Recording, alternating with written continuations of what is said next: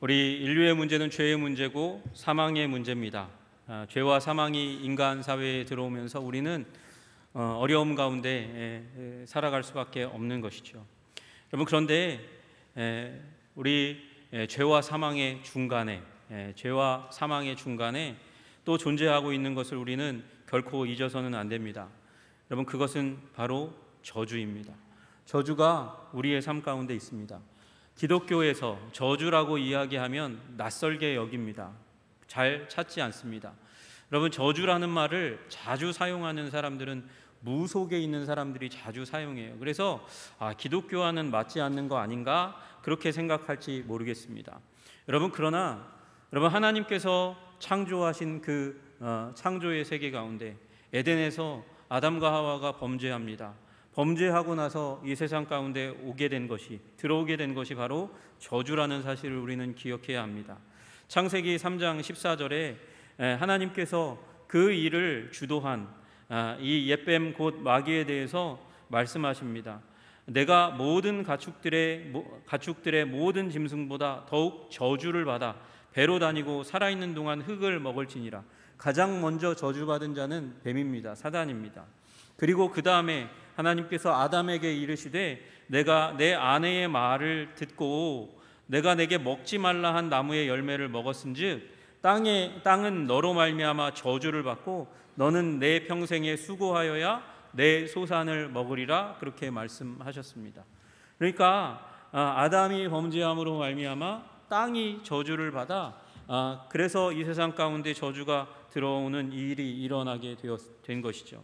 여러분, 그러니까 처음에 하나님께서는 이 세상을 복으로 창조하셨어요. 복으로 창조하시면서 우리 창세기 1장 22절에 그 바다의 물고기와 날짐승들을 향해서 이렇게 말씀하십니다. 생육하고 번성하여 여러 바닷물에 충만하라. 새들도 땅에 번성하라. 복을 주시면서 말씀하신 게 생육하고 번성하는 것이에요. 여러분, 그러니까 복은 많아지는 거예요. 많아지는 능력이 일어나는 게 복인 줄로 믿으시기를 주님의 이름으로 축복합니다.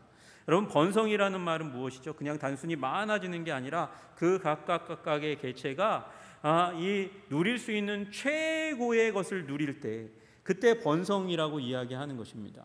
여러분, 그래서 하나님께서는 많은 존재가 큰 번성을 누리도록 복을 주셨습니다. 마찬가지로 하나님께서 아담과 하와를 지으시고 난 다음에도 하나님께서 사람을 지으시고 난 다음에도 말씀하셨어요. 복을 주시며 하나님이 그들에게 이르시되 생육하고 번성하여 땅에 충만하라. 땅을 정복하라. 바다의 물고기와 하늘의 새와 땅에 움직이는 모든 생물을 다스리라. 하나님께는 특별히 사람에게는 특별히 하나님께서 생육하고 번성할 뿐만 아니라 관리하고 다스릴 수 있는 특별한 능력까지도 더해 주셨습니다. 이것이 하나님께서 처음 창조하신 세상입니다. 그런데 갑자기 이 세상 가운데 저주가 들어왔어요. 왜 저주가 들어왔습니까? 방금 말씀드린 대로 하나님께서 금지하신 나무의 열매를 먹었기 때문에 그렇습니다.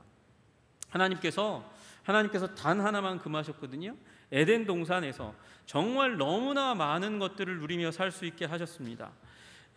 동산 각종 나무의 열매는 내가 임의로 먹되, 그 당시에는 아직 타락하기 이전이었기 때문에 동물을 잡아서 먹지 않았어요. 육식은 노아의 홍수 이후에 일어난 일입니다. 그런데 그 이전의 일로 말미암아서 이제 이전에는 식물만으로도 충분했어요. 각종 나무의 열매를 먹으면서 살 수 있게 하나님께서 해주셨어요.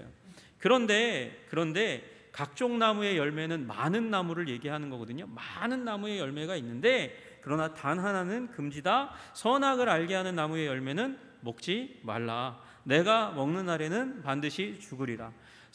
선악과라고 얘기하는 그 열매는 먹지 말아라. 반드시 죽는다. 그렇게 말씀하셨어요. 그것이 중앙에 있으니까 결코 그것을 놓칠 수 없습니다. 하나님의 명령 가운데 선악을 알게 하는 나무가 무엇인지 분명히 알 수 있게 하셨어요. 동산 중앙에 있는 두 나무, 생명나무와 그리고 선악을 알게 하는 나무. 이 나무는요, 지금도 사실은 우리의 마음 가운데 있어요. 지금도 우리의 마음 가운데 있어서 우리는 하나님의 명령에 순종할 건가? 그래서 생명나무의 열매를 먹어서 복을 누릴 건가? 아니면 자꾸 내 뜻을 따라서 선악을 알게 하는 나무의 열매, 금지된 그 일을 해서 내 맘대로 살 것인가를 이렇게 결정하게 만드는 자리 가운데 우리는 끊임없이 선다는 사실을 기억해야 합니다. 여러분, 생명나무의 열매를 먹는 삶이란 무엇입니까? 하나님을 믿고 의존하는 거예요. 하나님의 공급과 하나님의 말씀을 믿고 의존하는 거예요. 그 관계 가운데서 순종하는 거죠. 그래서 안 할 거는 안 하고 할 것만 하는 거예요. 그 가운데 하나님께서는 넉넉하셔서 풍성하셔서 우리에게 필요한 모든 것을 끊임없이 부어주신다는 것, 우리에게 부어주시고 채워주신다는 것, 그것을 믿는 삶, 그것이 복된 삶이죠. 복된 삶이에요. 그런데 여러분, 저주가 들어온 삶은 어떻습니까? 하나님께서 분명히 금지하신 게 있거든요. 금지하신 게 있는데 그 금지하시는 말씀과 대비되는 새로운 생각을 하는 거예요. 사단이 집어넣어 주었든지 내 마음 가운데서 떠올랐다고 얘기할 것이든지 그 생각이 떠올라서 둘 가운데 선악을 결정합니다. 어떤 게 더 좋은지를 결정하는 거예요. 그래서 결정하다가 하나님의 말씀을 내려놓는 것이에요. 정령 죽으리라, 먹으면 죽는다라고 말씀하셨는데 아닌 것 같은데요. 그래서 하나님의 생각을 내려놓고 내 생각을 하나님의 생각보다 더 높은 곳에 두어서 불순종해서 하나님을 믿지 못하겠다는 거예요. 하나님 말씀을 믿지 못하겠다는 거예요. 그래서 하나님의 말씀을 거부하고 내 뜻을 선택하고 불순종을 선택하는 거예요. 그게 바로 저주받은 삶의 본질입니다. 저주받은 삶이 어떻게 끝납니까? 에덴에서 쫓겨나는 거예요. 하나님이 무한하게 공급하시겠다고 돌보시겠다고 말씀하신 그 삶의 터전에서 인간을 쫓아내는 일이 일어나게 되는 것입니다. 여러분, 그러나 하나님은 그곳에서 멈추도록 하기를 원하시지 않으셨어요. 그래서 아브라함을 부르셨죠. 아브라함을 부르셔서 복의 역사를 다시 한번 시작하십니다. 하나님은 아브라함에게 복을 약속하셨어요. 네가 큰 민족을 이루겠다. 네 이름이 크게 되겠다. 네가 복을 받을 거야. 아브라함과 그의 후손이, 여러분, 그건 육적 자손인 이스라엘만을 의미하는 것이 아니라 영적인 자손도 포함하는 거예요. 여러분과 저 예수 그리스도 안에서 아브라함의 믿음의 자손 된 줄로 믿으시기를 주님의 이름으로 축복합니다. 여러분, 그 믿음의 자손은 하나님의 약속 안에서 복을 누리는 사람이에요. 그래서 우리 하나님은 이스라엘의 하나님임과 동시에 믿는 자들의 하나님도 되시는 줄로 믿으시기를 주님의 이름으로 축복합니다. 그런데 하나님은 이것만으로 멈추기 위해서 우리 아브라함을 부르시고 구원의 역사를 시작하신 게 아니에요. 하나님은 아브라함이 복이 되게 하셔서 모든 민족이 복받기를 원하셨어요. 그래서 하나님은 이스라엘의 하나님, 믿는 자들의 하나님이실 뿐만 아니라 모든 민족의 하나님이 되시기를 원하시는 하나님이신 줄로 믿으시기를 주님의 이름으로 축복합니다. 그래서 아담의 불순종으로 말미암아 들어온 저주 아래에 있는 인간이 복 가운데로 다시 돌아갈 수 있도록 하시는 거예요. 여러분, 저주란 무엇입니까? 저주는 아라르라는 그 단어는요, 묶이는 거예요. 묶이는 것, 잡히는 거예요. 포위되는 거예요. 여러분, 이게 그래서 주문으로, 덫으로, 장애물로 묶다, 애워싸다 이런 말을 할 때 사용되는 단어가 바로 아라르라는 단어입니다. 이 아라르가 우리의 삶을 묶는 거예요.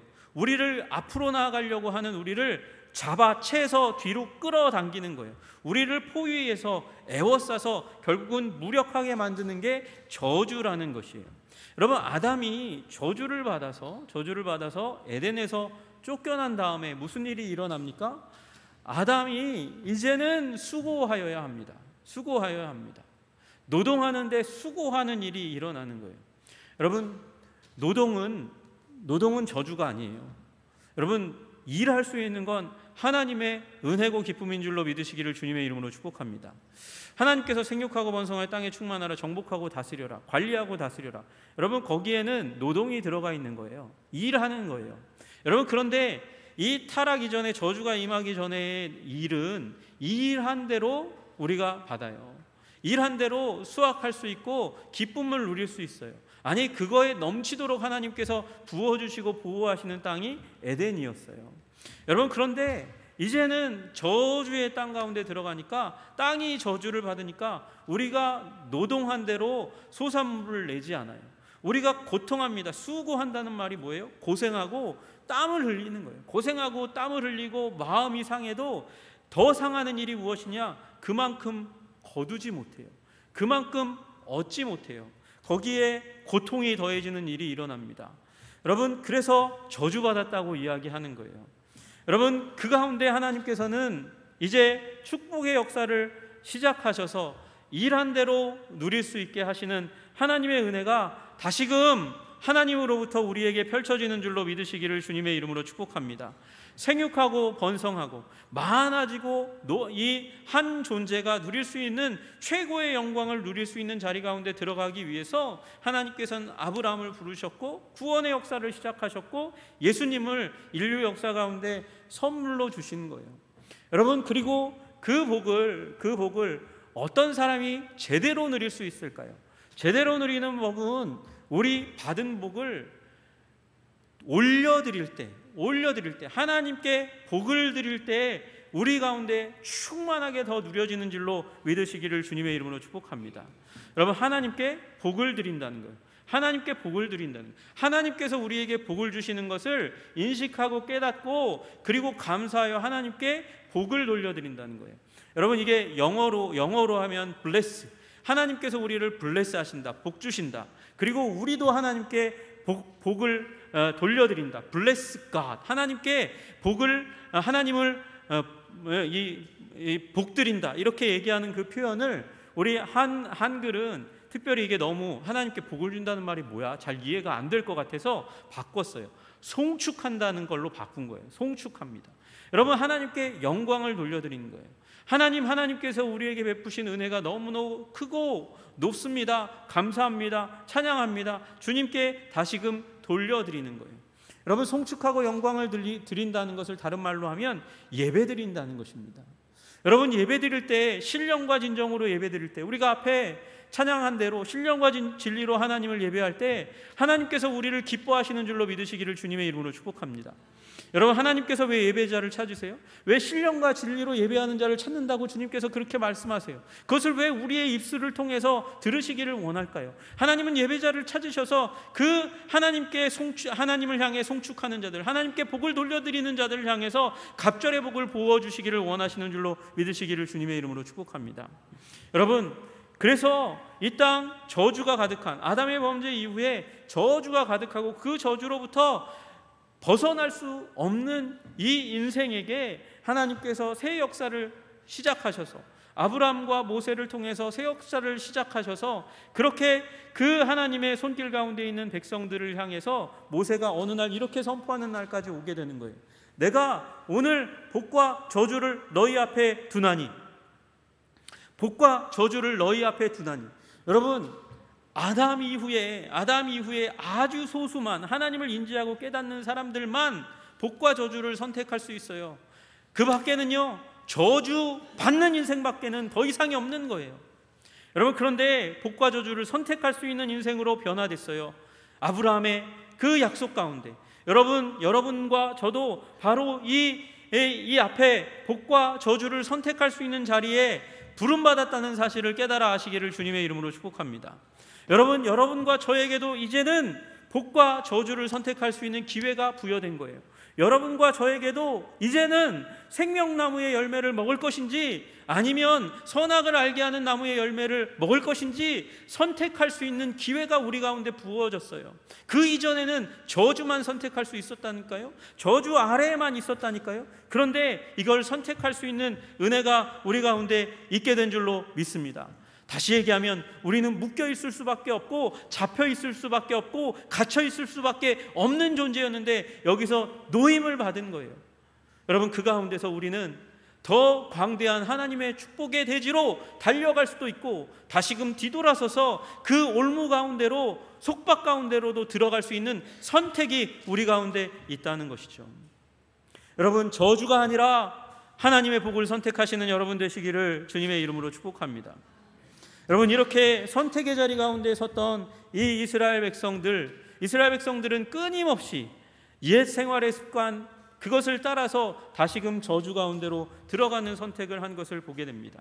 어느 날 이들은 저주의 자리 가운데 극심한 이 선택의 그 넓은 하나님의 선택의 자리 가운데서 축복을 선택할 수도 있었는데 저주를 선택해서 엄청난 고난 가운데 들어간 한 장면을 우리 가운데 제시합니다.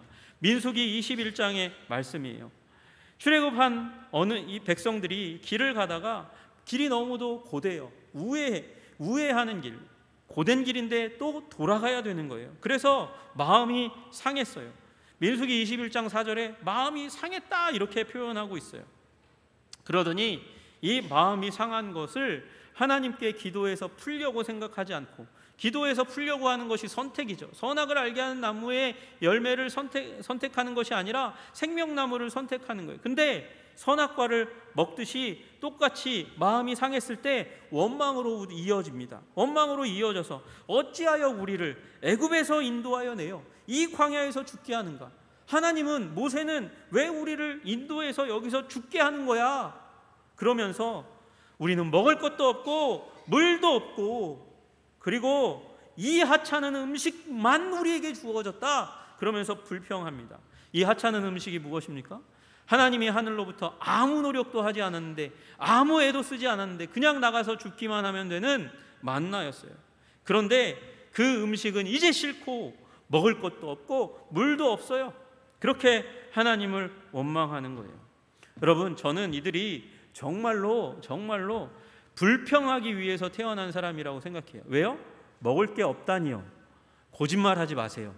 먹을 게 없다니요. 거짓말하지 마세요. 애굽에서 나올 때 얼마나 많은 가축을 가지고 나왔는데요. 그런데 그 가축을 잡아서는 먹지 못하겠다는 거예요.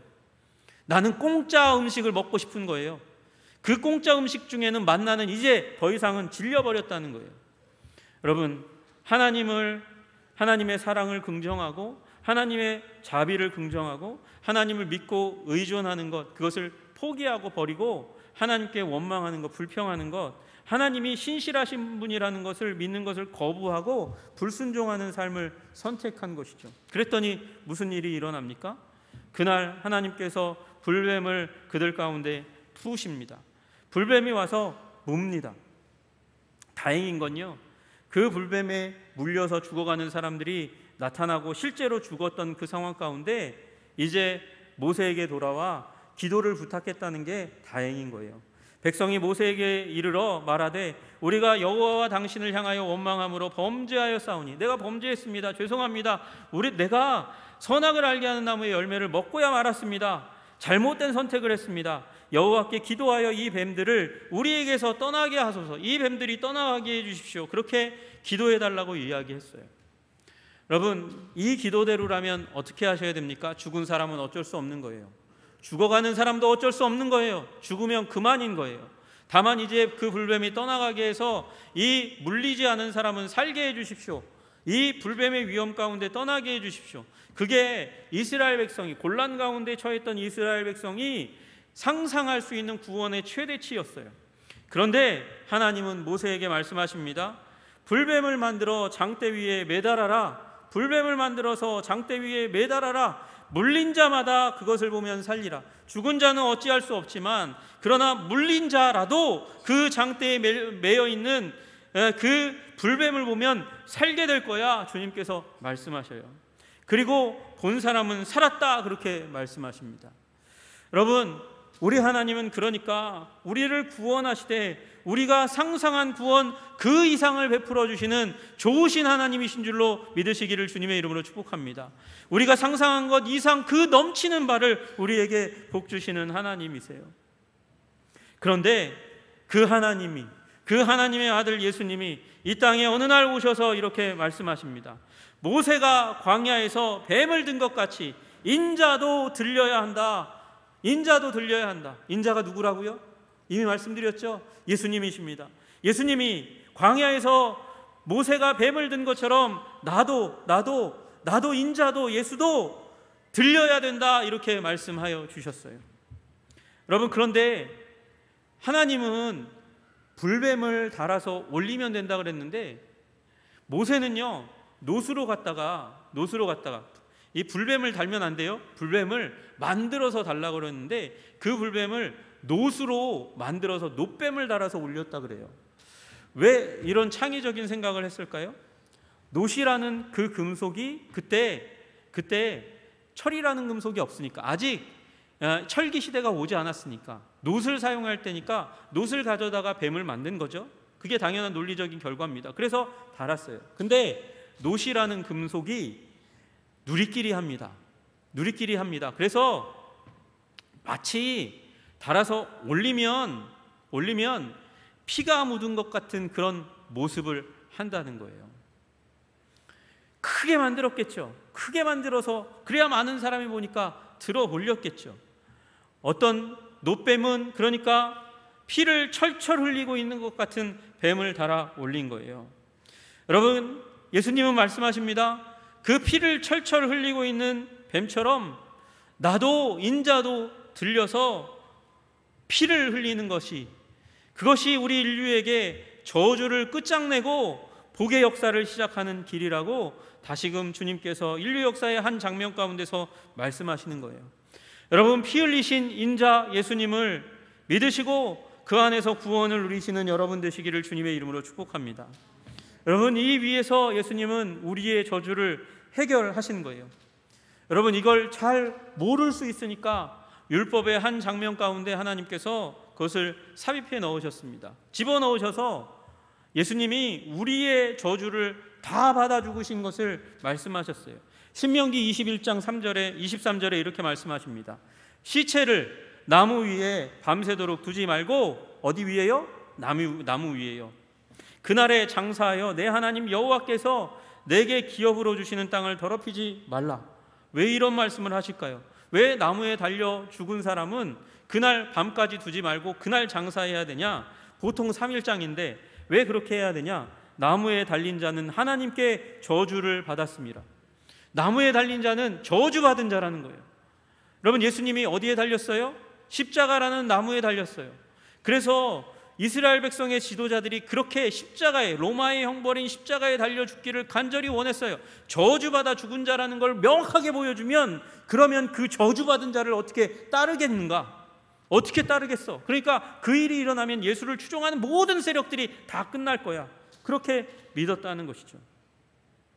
그런데 여러분, 나중에 알고 보니까 바울이 보니까 이렇게 고백합니다. 그리스도께서 우리를 위하여 저주받은 바 되사 율법의 저주에서 우리를 속량하셨으니 기록된 바 나무에 달린 자마다 저주 아래에 있는 자라 하였습니다. 맞습니다. 그 구약에 나무에 달린 자는 저주 아래에 있는 자라고 말씀하셨는데 보니까 그분의 인생 가운데 죄와 흠이 하나도 발견되지 않아요. 죄와 흠이 없는 존재가 어떻게 저주받아 죽을 수 있습니까? 그분의 죄와 허물은 전혀 아니라 우리의 허물과 죄 때문에 죽으신 거예요. 나무에 달려 저주받아 죽으신 거예요. 우리의 죄값을 속량하시기 위해서 그렇게 이야기하는 거죠. 여러분, 예수님께서 여러분과 저의 받을 저주, 묶이고 잡아채어서 포위되어서 옴짝달싹할 수밖에 없는 그 저주받은 자리에서 우리를 구원하신 줄로 믿으시기를 주님의 이름으로 축복합니다. 여러분, 이건 유대인들에게 뿐만 아니라 로마인에게도 최악의 형벌이었어요. 여러분, 수많은 인생 가운데 수많은 처형의 방법들이 있습니다. 그 가운데 가장 이 잔인하다고 고통스럽다고 여겨지는 형벌들이 있어요. 화형, 불에 태워서 죽이는 거예요. 그것보다 더 고통스러운 형벌 가운데 꼽히는 것이 또 팽형이라는 것이 있습니다. 기름가마, 물가마에 집어넣어가지고 끓여서 죽이는 거예요. 여러분, 그것도 고통스러운 일입니다. 또 하나 거열형이 있습니다. 거열형은 사람을 밧줄로 사지를 묶고 머리를 묶습니다. 그리고 짐승으로 5방향에서 끌어당겨서 온몸이 찢겨서 죽게 만드는 거예요. 여러분, 그것도 고통스러운 일입니다. 그러나 시간을 따지면 이것도 비교적 금방 끝나는 고통에 불과하다는 거예요. 십자가는 어마어마한 고통의 자리입니다. 십자가에 달리시기 전에 우리 예수님은 채찍에 맞으셨잖아요. 채찍이 그 당시 가운데 2가지가 있어요. 교훈을 주기 위해서 약간의 고통을 주는, 약간이라 그래도 굉장히 아픈 채찍이 있어요. 그러나 또 하나의 채찍은 수많은 가닥으로 나누어져 있고 그 가운데 금속이나 동물의 뼈가 있어서 그것이 이 채찍으로 내려치면 살에 박히고 그리고 뜯길 때 살점도 같이 뜯겨지는 거예요. 그래서 십자가형을 형벌로 받은 사람들의 가족이 채찍을 치는 자에게 뇌물을 주었습니다. 살살 때려 주십시오. 그게 아니에요. 거기서 끝내 주십시오. 채찍에 맞아서 그가 십자가를 지지 않도록 하는 그런 은혜를 베풀어 주십시오. 심지어 그렇게 얘기할 만큼 채찍이 고통스러운 것이었어요. 여러분, 그런데 거기서 끝나지 않고 예수님은 30-40km, 50km까지 되는 십자가의 가로대를 지고 형장까지 이동합니다. 이동하고 나서 수치스럽게도 옷을 다 벗김을 당합니다. 그리고 정과 같은 큰 못으로 인해서 십자가에 달려 올라갑니다. 올라갈 때부터 고통은 다시금 시작됩니다. 진짜 고통은 여기서 시작된다고 얘기할 만큼 그 앞에 채찍을 포함한 모든 고통은 별게 아니게 되는 거예요. 여러분, 우리 어떻게 되죠? 고통을 심하게 당하면 기절합니다. 그 다음에는 의식이 없는 자리 가운데 들어가지만 이 십자가의 고통은 너무도 고통스러워서 어떤 사람은 약 1000번 정도, 수백 번, 1000번에 이르기까지 기절했다가 고통 가운데 다시 깨고, 고통스러워서 다시 기절하고 깨고, 기절하고 깨고, 기절하고 깨는 자리를 반복한다고 그래요. 여러분, 그만큼 고통스러운 자리 가운데서 예수님은 달려 죽으셨습니다. 그래서 로마 사람들은 로마 시민권을 가진 자들에게는 결코 시행하지 않는 형벌이 십자가 형벌이었고, 주인을 상해한 아주 몹쓸 노예와 그리고 나라에 대해서 반역을 일으킨 아주 심각한 죄인 이외에는 결코 이 십자가에 달리지 않게 했어요. 여러분, 그래서 로마 사람들도 예수님을 보면서 저주받은 자라 그렇게 칭했던 거예요. 그러나 여러분, 주님께서는 그 십자가를, 그 죽음을, 우리를 대신하여 당하신 그 십자가의 자리, 저주의 자리 가운데서 그 저주를 이기고 승리하신 줄로 믿으시기를 주님의 이름으로 축복합니다.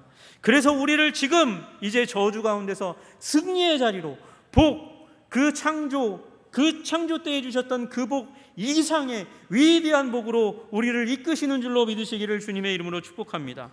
십자가로 그들을 이기셨느니라. 십자가 안에서 우리도 승리하는 줄로 믿습니다.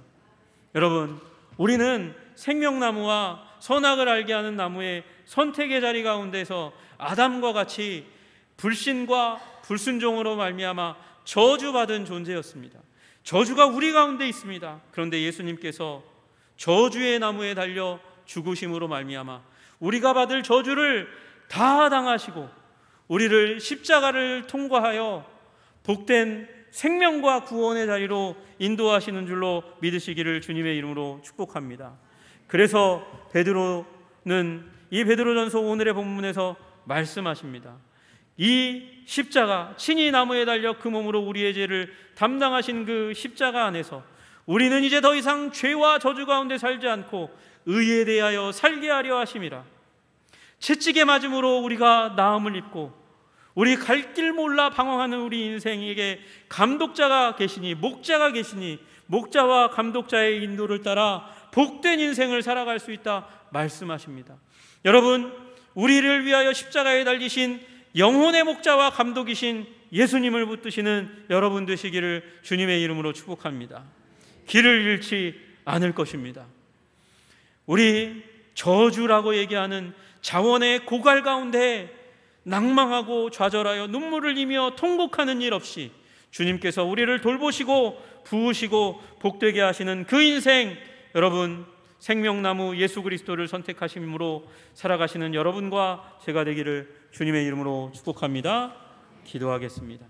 하나님 아버지, 저주의 나무, 선악을 알게 하는 나무, 하나님의 말씀을 내 생각 아래에 두고 내 생각을 선택하고 내 욕망을 따랐던 그 죄악의 길을 걸어갔던 나를 대신하여 저주의 나무에 십자가에 달리신 예수님을 기억합니다.